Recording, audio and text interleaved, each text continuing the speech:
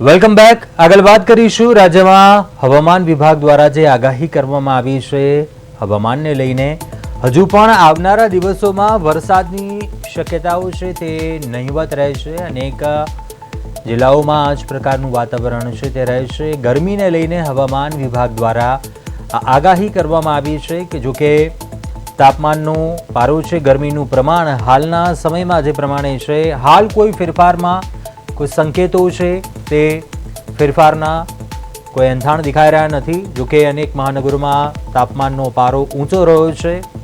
રાજકોટમાં સૌથી વધુ તાપમાન નોંધાયું।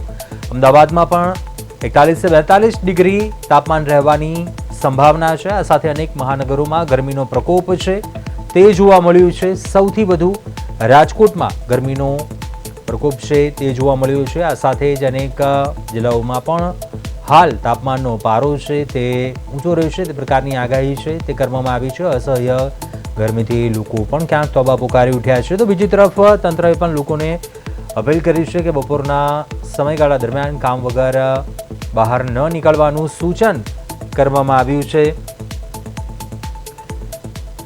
સંવાદદાતા અરવિંદ રાઠોડ વધુ વિગતોની સાથે લાઈવ જોડાયા છે। અરવિંદ, કેવા પ્રકારનું હાલનું વાતાવરણ સુરતમાં અને હવામાન વિભાગની આગાહી શું કહી રહી છે, શું વિગત? બિલકુલ, સુરતમાં જે પ્રકારની પરિસ્થિતિ છે તે ગરમીનો પારો સતત છે તે વધી રહ્યો છે, પરંતુ જે રીતે હવામાન વિભાગની આગાહી હતી અને ત્યારબાદ આજે જે પ્રકારના દ્રશ્યો જોઈ શકીએ છીએ કે બપોરના ભાગે જોવા જાય તો મોટા ભાગે જે સુરતીઓ છે તે બહાર જવાનું ટાળતા હોય છે। આજે જે પ્રકારે રવિવાર છે અને જે રીતે જોઈ શકે છે કે આ હજારો લાખો લોકોની જે અવન જવન વચ્ચે અત્યારે જે રીતે કર્ફ્યુ જેવો જે માહોલ છે, કર્ફ્યુ લાગી હોય તેવો માહોલ છે તે જોવા મળી રહ્યો છે। અને ખાસ કરીને 4 વ્હીલર કે રિક્ષાઓ મોટા ભાગે જે બાઇક ચાલકો છે તે બહાર નથી જતા, અને અથવા તો જતા હોય તો તે પણ મોં પર રૂમાલ બાંધી અને મહિલાઓ હોય તો તે દુપટ્ટો રાખી, એટલે ચોક્કસથી જે રીતની ગરમીનું તાપમાન છે તે સતત વધી રહ્યું છે। પરંતુ હાલ જે રીતની હવામાન વિભાગની આગાહી હતી અને ત્યારબાદના અત્યારે આ દ્રશ્યો છે તે સુમસામ ભાખી રહ્યા હોય તેવા દ્રશ્યો છે। પરંતુ જે રીતે ઉકળાટ અને બફારો અસહ્ય થઈ રહ્યો છે, અને બીજી તરફ જે રીતે ડાંગ સહિતમાં જે આગાહી કરી હતી ત્યારબાદ વરસાદ નથી થયો, પરંતુ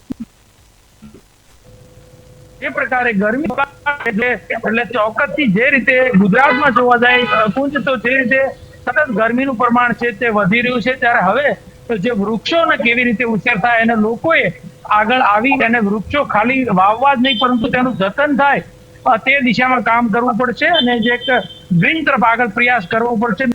નહીં તો પર્યાવરણમાં જે પ્રકારની પરિસ્થિતિ છે તે ખૂબ ચિંતાનો માહોલ છે તે ચોક્કસથી કહી શકાય, કારણ કે જે રીતે જંગલો કટિંગ થઈ રહ્યા છે અને કોન્ક્રીટ બાંધકામોને કારણે દિન પ્રતિદિન દર વર્ષે ગરમીનો પારો છે તે સતત વધતો જાય છે, ત્યારે સુરતમાં આ પ્રકારની સ્થિતિ છે તે અહીં જોવા મળી રહી છે। ચોક્કસથી અરવિંદ, ખાસ કરીને વાત કરીએ હવામાન વિભાગની આગાહી ઉપર વાત કરીએ, હજુ પણ કેટલા દિવસ આ જ પ્રકારનું વાતાવરણ છે તે રહી શકે છે? ગરમીનો પ્રકોપ છે તે યથાવત રહેશે, અસરગ્રસ્ત રહેવું પડશે સુરતવાસીઓને પણ?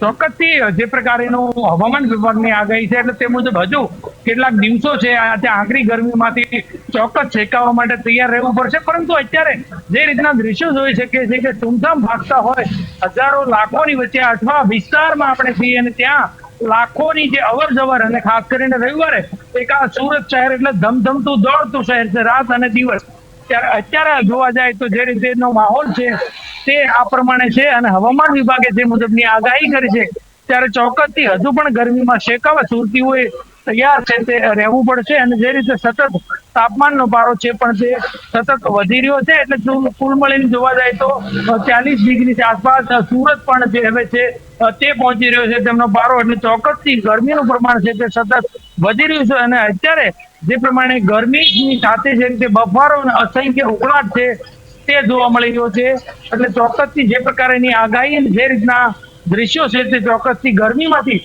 સુરતીઓ હજી શેકાવા માટે થોડો સમય વધુ તૈયાર રહેવું પડશે। જી ચોક્કસથી અરવિંદ, આભાર વિગતો જણાવવા બદલ।